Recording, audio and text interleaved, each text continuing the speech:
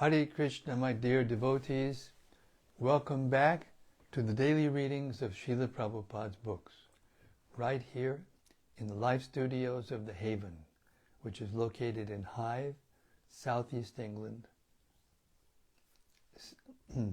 Kent, southeast England, actually, just a stone's throw from the English Channel.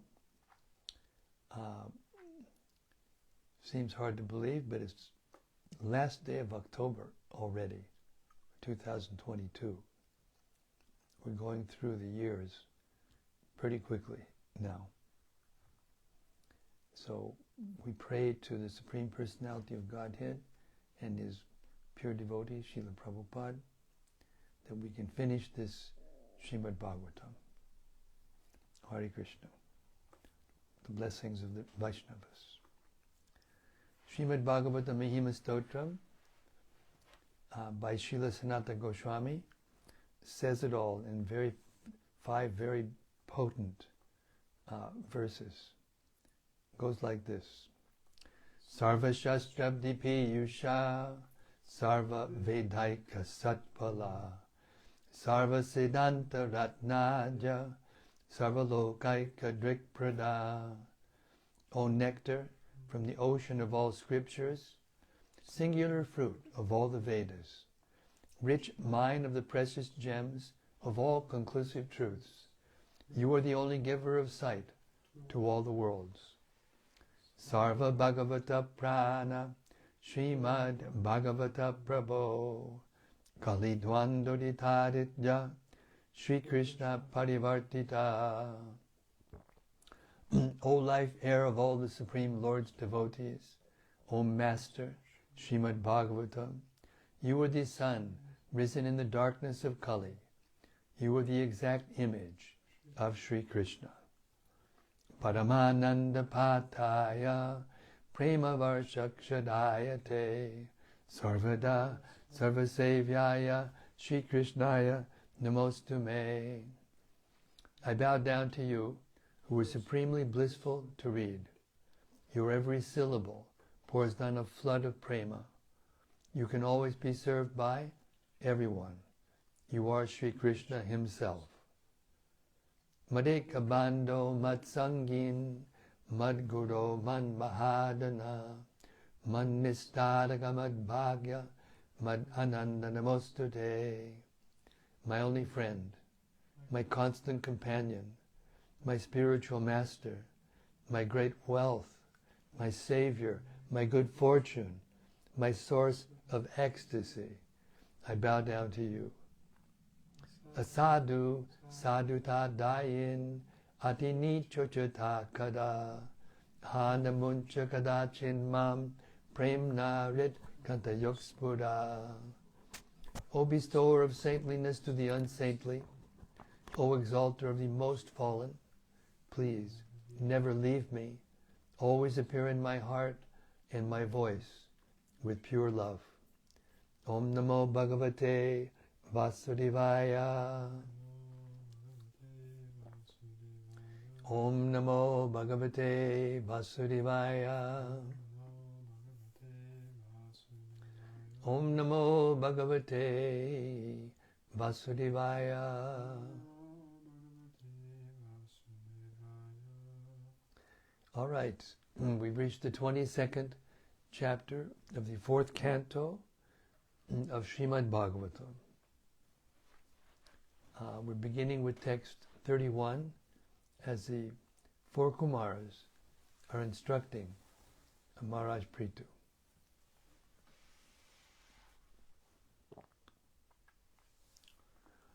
When one deviates from his original consciousness, he loses the capacity to remember his previous position or recognize his present one.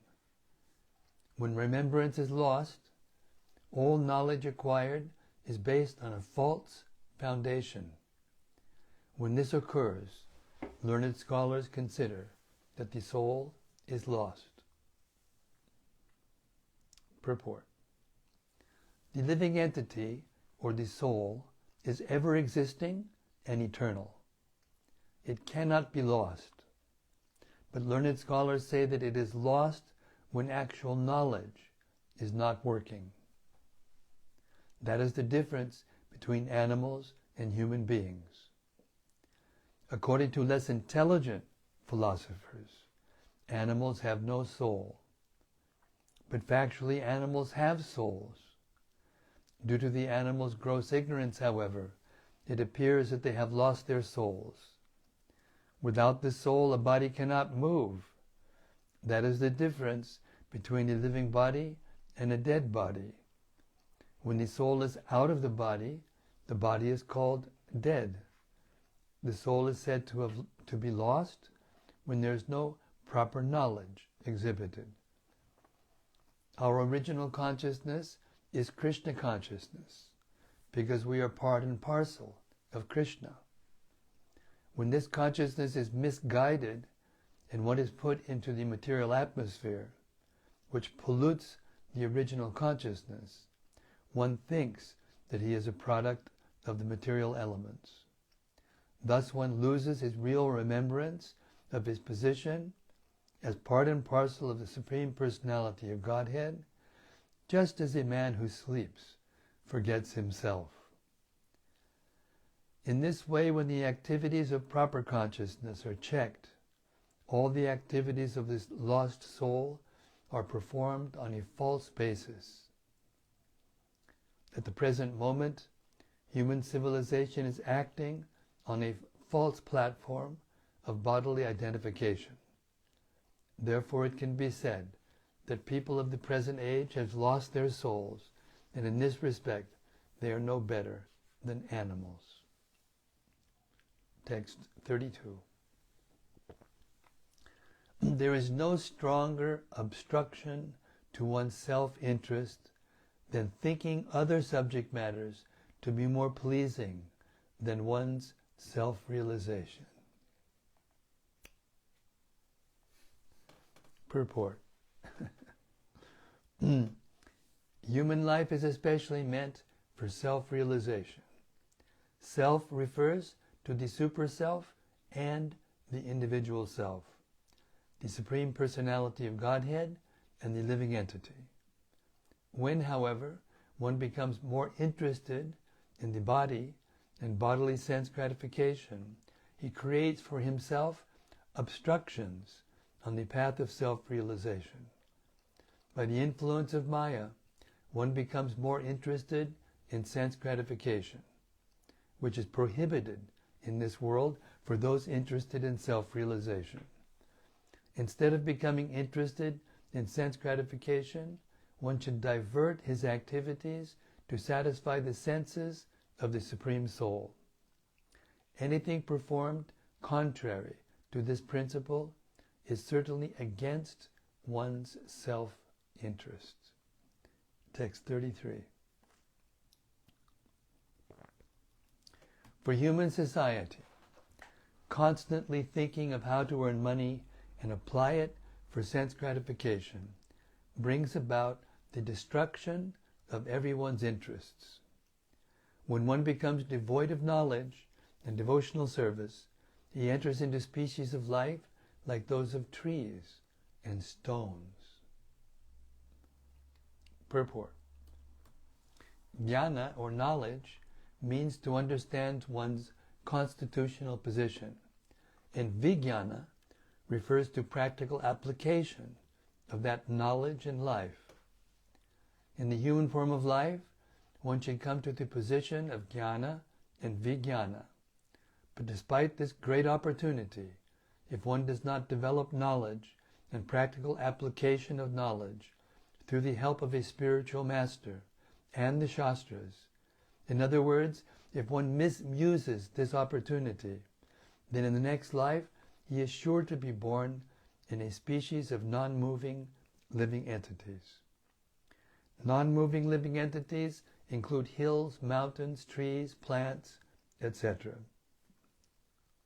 This stage of life is called punyatam or mukyatam, namely, making all activities zero.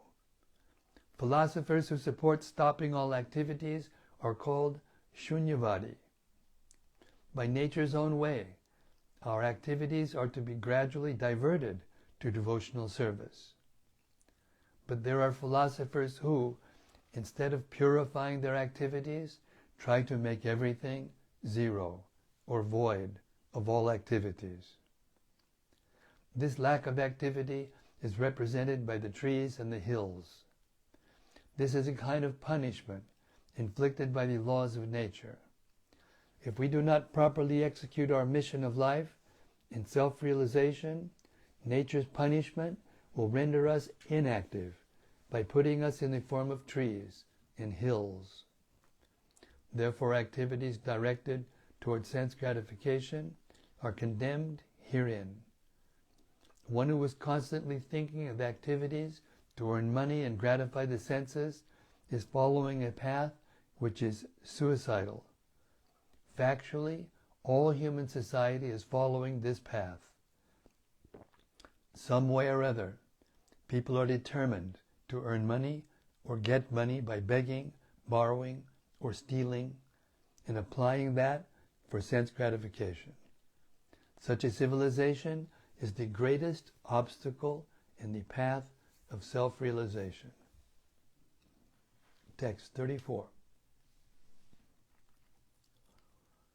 Those who strongly desire to cross the ocean of nations must not associate with the modes of ignorance, for hedonistic activities are the greatest obstructions to realization of religious principles, economic development, regulated sense gratification, and at last, liberation. Purport. The four principles of life allow one to live according to religious principles, to earn money according to one's position in society, to allow the senses to enjoy the sense objects according to regulations, and to progress along the path of liberation from this material attachment. As long as the body is there, it is not possible to become completely free from all these material interests. It is not, however, recommended that one act only for sense gratification and earn money for that purpose only, sacrificing all religious principles. At the present moment, human civilization does not care for religious principles.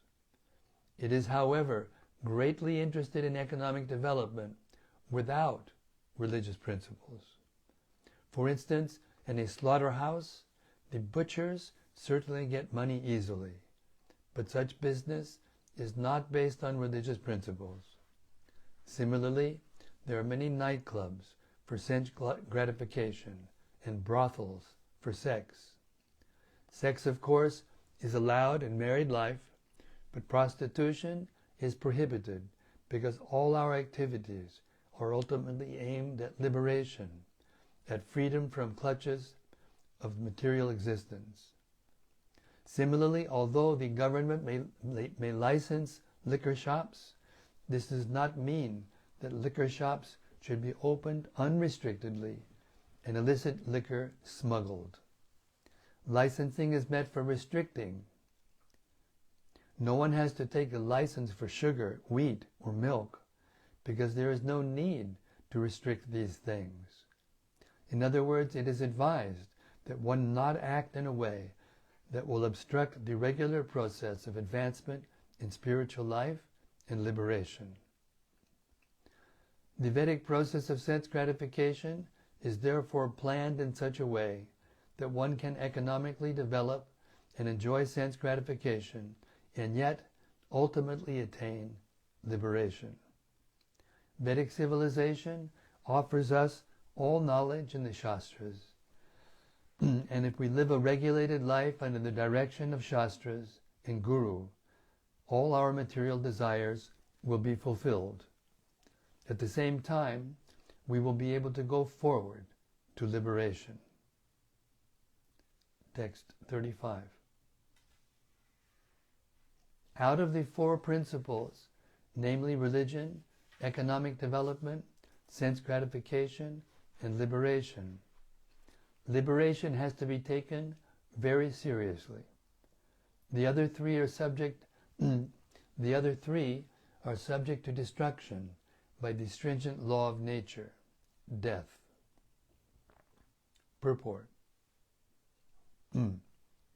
Moksha, or liberation, has to be taken very seriously, even at the sacrifice of the other three items. As advised by Sutta Goswami in the beginning of Śrīmad-Bhāgavatam, religious principles are not based on success in economic development. Because we are very attached to sense gratification, we go to God, to the temple or churches, for some economic reasons. Then again, economic development does not mean sense gratification. Everything should be adjusted in a way that we attain liberation. Therefore, in this verse, liberation, moksha, is stressed. The other three items are material and therefore subject to destruction. Even if somehow we accumulate a great bank balance in this life and possess many material things, everything will be finished with death. In Bhagavad Gita it is said that death is the Supreme Personality of Godhead, who ultimately takes away everything acquired by the materialistic person. Foolishly, we do not care for this. Foolishly, we are not afraid of death, nor do we consider that death will take everything, nor do we consider that death will take away everything acquired by the process of dharma, artha, and kama. By dharma, or pious activities, we may be elevated to the heavenly planets, but this does not mean freedom from the clutches of birth, death, old age, and disease. The purport is that we can sacrifice our interests in trivargya, religious principles, economic development, and sense gratification. But we cannot sacrifice the cause of liberation. Regarding liberation, it is stated in Bhagavad Gita 4:9, Tyaktva dehang punarjanma naiti. Liberation means that after giving up this body, one does not have to accept another material body. To the impersonalists, liberation means merging into the existence of impersonal Brahman. But factually, this is not moksha, because one has to again fall down into this material world from that impersonal position. One should therefore seek the shelter of the Supreme Personality of Godhead and engage in His devotional service. That is real liberation. The conclusion is that we should not stress pious activities, economic development, and sense gratification, but should concern ourselves with approaching Lord Vishnu in His spiritual planets, of which the topmost is Goloka Vrindavan, where Lord Krishna lives. Therefore, this Krishna consciousness movement is the greatest gift for persons who are actually desiring liberation. Text 36.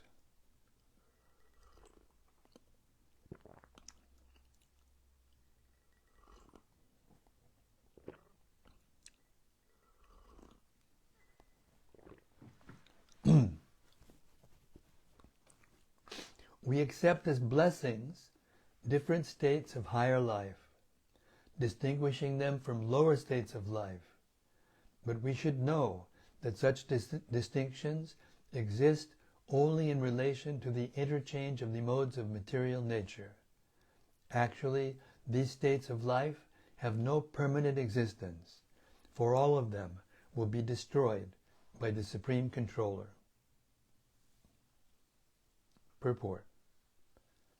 In our material existence, we accept a higher form of life as a blessing and a lower form as a curse. This distinction of higher and lower only exists as long as the different material qualities, gunas, interact. In other words, by our good activities, we are elevated to the higher planetary systems or to a higher standard of life, good education, beautiful body, and so on. These are the results of pious activities. Similarly, by impious activities, we remain illiterate, get ugly bodies, a poor standard of living, and so on. But all these different states of life are under the laws of material nature, through the interaction of the qualities of goodness, passion, and ignorance. However, all these qualities will cease to act at the time of the dissolution of the entire cosmic manifestation.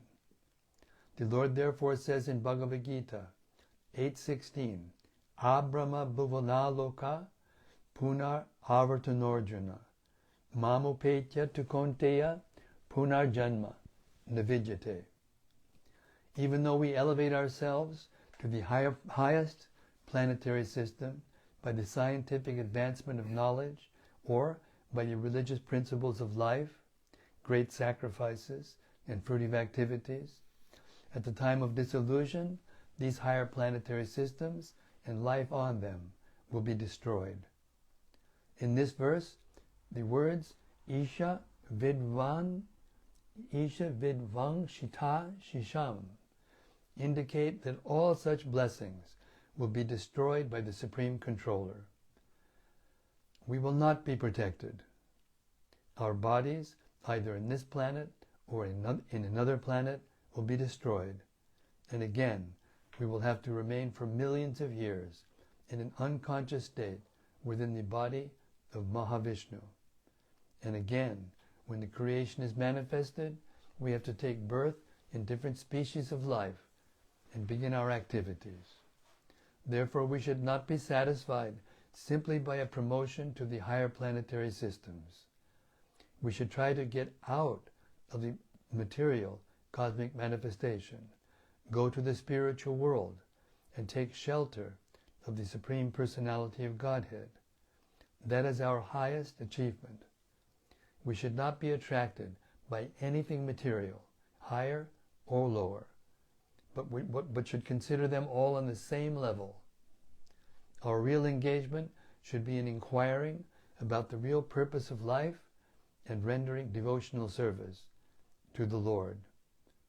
Thus we will be eternally blessed in our spiritual activities, full of knowledge and bliss. Regulated human civilization promotes Dharma, Artha, Kama, and Moksha. In human society, there must be religion. Without religion, human society is only animal society. Economic development and sense gratification must be based on religious principles.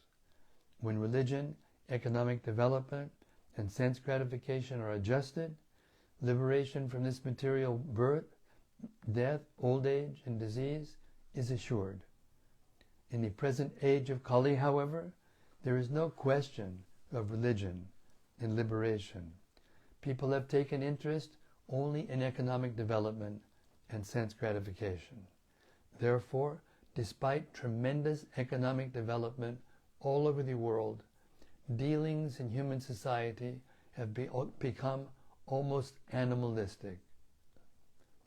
This disillusion is to be accepted as Isha Vidvang Shita Shisham.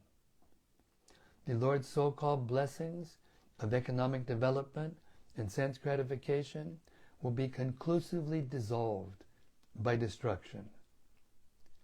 At the end of this Kali Yuga, the Lord will appear as the incarnation of Kalki, and his only business will be to kill all human beings on the surface of the globe. After that killing, another golden age will begin. We should therefore know that our material activities are just like childish play. Children may play on the beach, and the father will sit and watch this childish play, the construction of buildings with sand, the construction of walls, and so many things. But finally, the father will ask the children to come home. Then everything is destroyed. Persons who are too much addicted to the childish activities of economic development and sense gratification are sometimes especially favored by the Lord when He destroys their construction of these things. It is said by the Lord, Yasyaham anugrinami harishe tadanam shanahi. The Lord told Yudhishthira Maharaj that His special favor is shown to His devotee when He takes away all the devotee's material opulences. Generally, therefore, it is experienced that Vaishnavas are not very opulent in the material sense. When a Vaishnava, pure devotee, tries to be materially opulent, and at the same time desires to serve the Supreme Lord, his devotional service is checked. The Lord, in order to show him a special favor, destroys his so-called economic development and material opulences. Thus the devotee, being frustrated in his repeated attempts at economic development, ultimately takes solid shelter under the lotus feet of the Lord. This kind of action may also be accepted as Isha Vidvang Shitashisham, whereby the Lord destroys one's material opulences, but enriches one in spiritual understanding. In the course of our preaching work, we sometimes see that materialistic persons come to us and offer their obeisances to take blessings, which means that they want more and more material opulences. If such material opulences are checked, such persons are no longer interested in offering obeisances to the devotees. Such materialistic persons are always concerned about their economic development. They offer obeisances to saintly persons or the Supreme Lord and give something in charity for preaching work in a view that they will be rewarded with further economic development.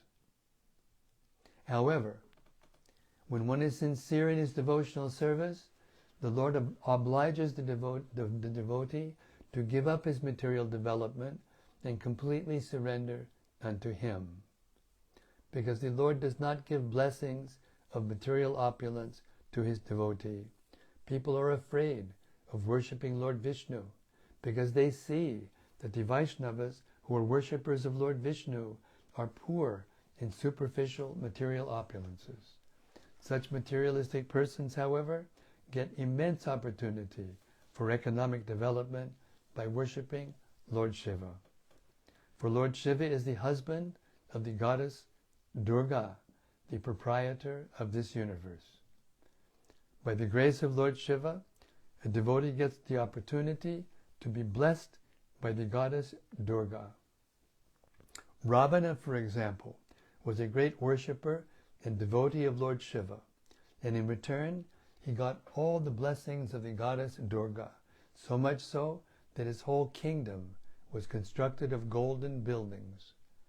In Brazil, in this present age, huge quantities of gold have been found, but from historical references in the Purāṇas, we can guess safely that this was Ravana's kingdom. This kingdom was, however, destroyed by Lord Ramachandra.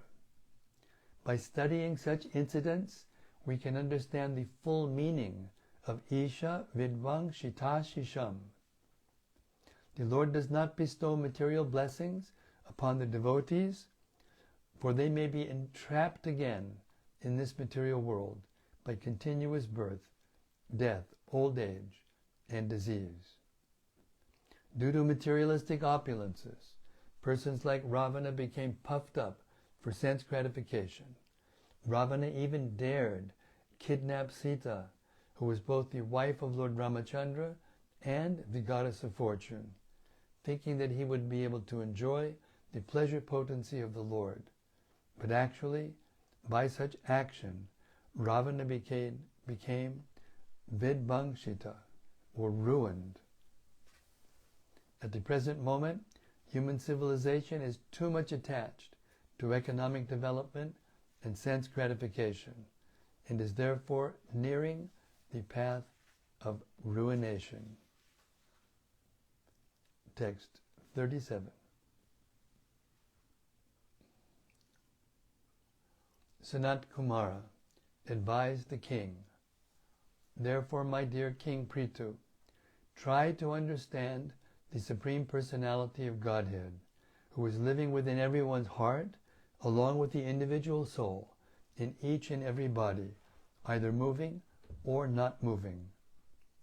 The individual souls are fully covered by the gross material body and subtle body made of the life air and intelligence." Purport. In this verse it is specifically advised that instead of wasting time in the human form of life, endeavoring for economic development and sense gratification, one should try to cultivate spiritual values by understanding the Supreme Personality of Godhead, who is existing with the individual soul within everyone's heart. The individual soul and the Supreme Personality of Godhead in his Paramatma feature are both sitting within this body, which is covered by gross and subtle elements. To understand this is to attain actual spiritual culture. There are two ways of advancing in spiritual culture: by the method of impersonalist philosophers and by devotional service. The impersonalist comes to the conclusion that he and the Supreme Spirit are one, whereas devotees or personalists realize the Absolute Truth by understanding that because the Absolute Truth is the Supreme Predominator and we living entities are predominated, our duty is to serve Him. The Vedic injunctions say, Tat Tvamasi, you are the same, and Soham, I am the same. The impersonalist conception of these mantras is that the Supreme Lord, or the Absolute Truth, and the living entity are one. But from the devotee's point of view, these mantras assert that both the Supreme Lord and ourselves are of the same quality. Tat Tvamasi, Ayam Atma Brahma. Both the Supreme Lord and the living entity are spirit. Understanding this is self-realization. The human form of life is meant for understanding the Supreme Lord and oneself by spiritual cultivation of knowledge. One should not waste valuable life simply engaged in economic development and sense gratification. In this verse, the word Kshetrabhit is also important. This word is explained in Bhagavad Gita 13.2. Idam shariram kaunteya kshetram ityabhidiyate. This body is called Kshetra, the field of activities, and the proprietors of the body, the individual soul and the super soul sitting within the body, are both called Kshetravit. But there is a difference between the two kinds of Kshetravit. One Kshetravit, or knower of the body, namely the Paramatma, or the super soul, is directing the individual soul. When we rightly take the direction of the super soul, our life becomes successful. He is directing from within and from without. From within he is directing as Chaitya Guru, or the spiritual master sitting within the heart. Indirectly, he is also helping the living entity by manifesting himself as the spiritual master outside. In both ways, the Lord is giving directions to the living entity so that he may finish up his material activities and come back home, back to Godhead. The presence of the Supreme Soul and the individual soul within the body can be perceived by anyone by the fact that as long as the individual soul and the super soul are both living within the body is always shining and fresh. But as soon as the super soul, but as soon as the super soul and the individual soul give up possession of the gross body, it immediately decomposes. One who is spiritually advanced can thus understand the real difference between a dead body and a living body. In conclusion, one should not waste his time by so-called economic development and sense gratification, but should cultivate spiritual knowledge to understand the supersoul and the individual soul and their relationship. In this way, by advancement of knowledge, one can achieve liberation and the ultimate goal of life. It is said that if one takes to the path of liberation, even rejecting his so-called duties in the material world, he is not a loser at all, but a person who does not take to the path of liberation, yet carefully executes economic development and sense gratification, loses everything. Narada's statement before Vyasadeva is appropriate in this connection. Tyaktva swadharmam charanam bhajam harer bhajan apok excuse me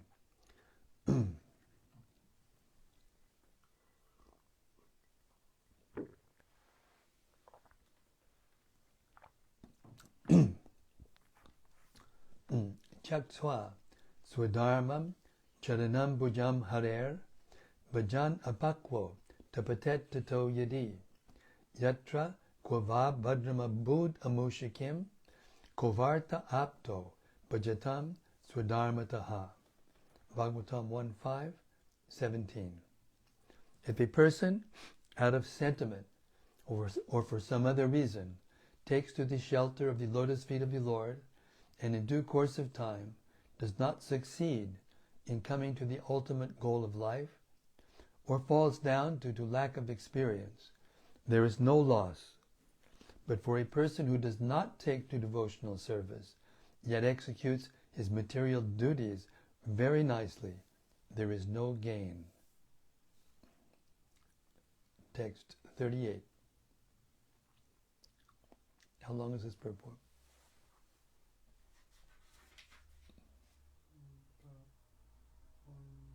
About 1.5 pages. 1.5 pages. A little more. A little less. Oh, I see. Got it. Okay, text 38. The Supreme Personality of Godhead manifests himself as one with the cause and effect within this body, but one who has transcended the illusory energy by deliberate consideration, which clears the misconception of a snake for a rope. One can understand that the Paramatma is eternally transcendental to the material creation and situated in pure internal energy. Thus the Lord is transcendental to all material contamination. Unto Him only must one surrender. Purport. This verse is specifically stated to defy the Mayavad conclusion of oneness without differentiation between the individual soul and the supersoul. The Mayavad conclusion is that the living entity and the supersoul are one. There is no difference. The Mayavadis proclaim that there is no separate existence outside the impersonal Brahman, and that the feeling of separation is Maya, or an illusion, by which one considers a rope to be a snake. The rope and the snake argument is generally offered by the Mayavadi philosophers. Therefore, these words, which represent Vivartavad, are specifically mentioned herein. Actually, Paramatma, the Supersoul, is the Supreme Personality of Godhead, and He is eternally liberated. In other words, the Supreme Personality of Godhead is living within this body along with the individual soul, and this is confirmed in the Vedas. They are likened to two friends sitting on the same tree. Yet Paramatma is above the illusory energy. The illusory energy is called Bahiranga Shakti, or external energy, and the living entity is called Tatastha Shakti, or marginal potency. As stated in Bhagavad Gita, the material energy, represented as earth, water, fire, air, sky, and so on, and the spiritual energy, the living entity, are both energies of the Supreme Lord. Even though the energies and the energetic are identical, the living entity, individual soul, being prone to be influenced by the external energy, considers the Supreme Personality of Godhead to be one with himself. The word prapadye is also significant in this verse, for it refers to the conclusion of the Bhagavad Gita, 1866. Sarvadharman parityajya mamekam sharanam braja. In another place, the Lord says, Bahunam janmanamante jnanavan mam prapadyate. Bhagavad Gita 7:19. This prapadye, or sharanam braja, refers to the individual's surrender to the Supersoul. The individual soul, when surrendered, can understand that the Supreme Personality of Godhead, although situated within the heart of the individual soul, is superior to the individual soul. The Lord is always transcendental to the material manifestation, even though it appears that the Lord and the material manifestation are one and the same. According to the Vaishnava philosophy, he is one and different simultaneously. The material energy is a manifestation of his external potency, and since the potency is identical with the potent, it appears that the Lord and the individual soul are one. But actually, the individual soul is under the influence of the material energy, and the Lord is always transcendental to it. Unless the Lord is superior to the individual soul, there is no question of prapadye, or surrender unto him. This word prapadye refers to the process of devotional service. Simply by non-devotional speculation on the rope and the snake, one cannot approach the absolute truth. Therefore, devotional service is stressed as more important than deliberation or mental speculation to understand the absolute truth. Srila Prabhupada Ki Jai. So that brings us to 747. And we'll stop here, the reading for tonight, and tomorrow we'll start up at text 39. These are deep verses and purports. Sanat Kumāra.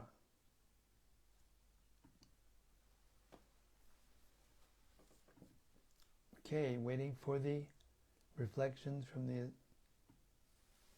assembled devotees. Patiently.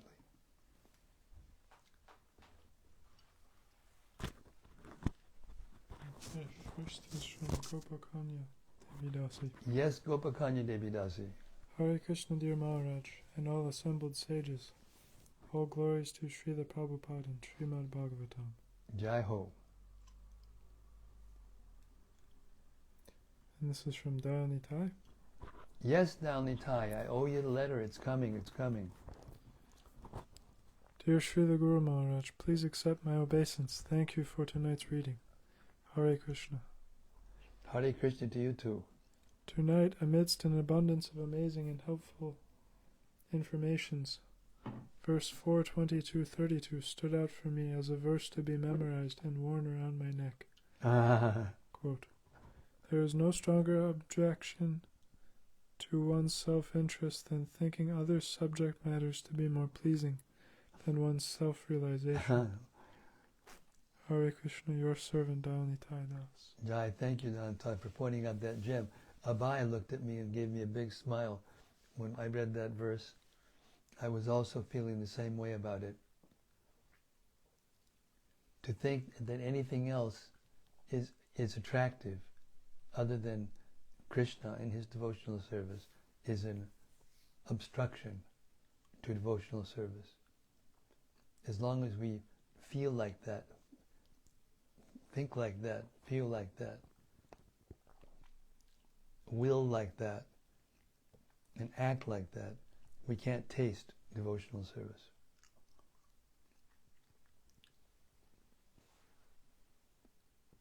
It's interesting too how that one verse in one of the purports was quoted by Prabhupada about how when the Lord favors a Vaishnava, He'll take away all the material opulence. But we noticed, we couldn't help but notice, as we read through the Prabhupada Lilamrita again, Abhay and I, that Prabhupada was tested to the point he had nothing. He had nothing. I mean, literally nothing. And as soon as he was tested, the Lord gave him everything. He was the most opulent person. More houses, more cars, more loving followers, greeting him wherever he went, throwing flowers from the sky.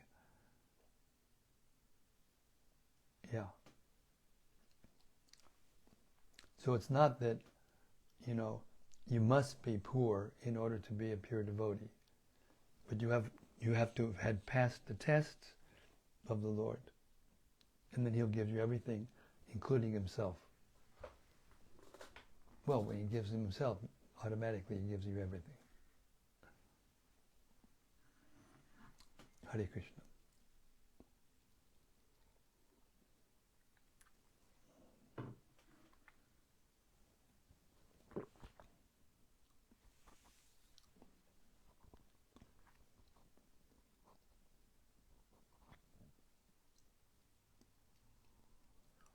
I always find it fascinating that these most elevated souls, when they actually get into explaining human life and spiritual life, it's just exactly the same.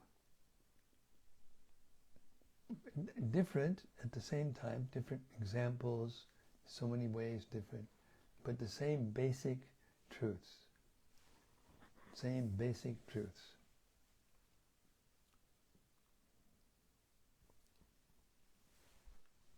Hare Krishna. This is from Subbarao Rajagopal. Yes, Subbarao. Hare Krishna Maharaj, please accept my humble obeisances and all glories to Srila Prabhupada. Thank you for your daily readings. One of the many gems is from 422.33.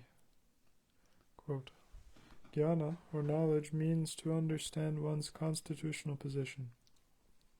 And Vijnana refers to practical application of that knowledge in life. In the human form of life, one should come to the position of Jnana and Vijnana. But if, despite this great opportunity, one does not develop knowledge and practical application of knowledge through the help of a spiritual master and the Shastras, in other words, if one misuses this opportunity, then in the next life he is sure to be born in a species of non-moving living entities. Non-moving living entities include hills, mountains, trees, plants, and so on. This stage of life is called punyatam or mukyatam, namely making all activities zero. Unquote. Scary though. How do we reconcile this, that there is no loss of or diminution in this endeavor? Because if you are performing devotional service, then the accumulated progress that you've made is your permanent asset. And you don't take the birth as trees and plants and mountains. You take human birth again, and you begin where you left off in your last life. So you don't lose anything. But even if you perform all of your material activities perfectly, but don't worship Krishna, don't take up devotional service at all, then you lose everything and get another body and have to start again. And what that starting means is up to your mentality the time you leave the body.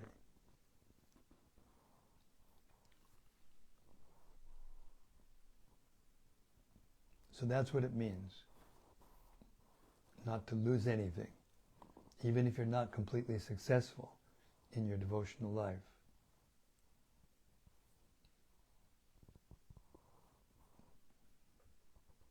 Hare Krishna. And this is from Rati Manjari. Yes, Rati? Jai Guru Maharaj. Stumbling in at the nick of time. Happy to see you. Hare Krishna.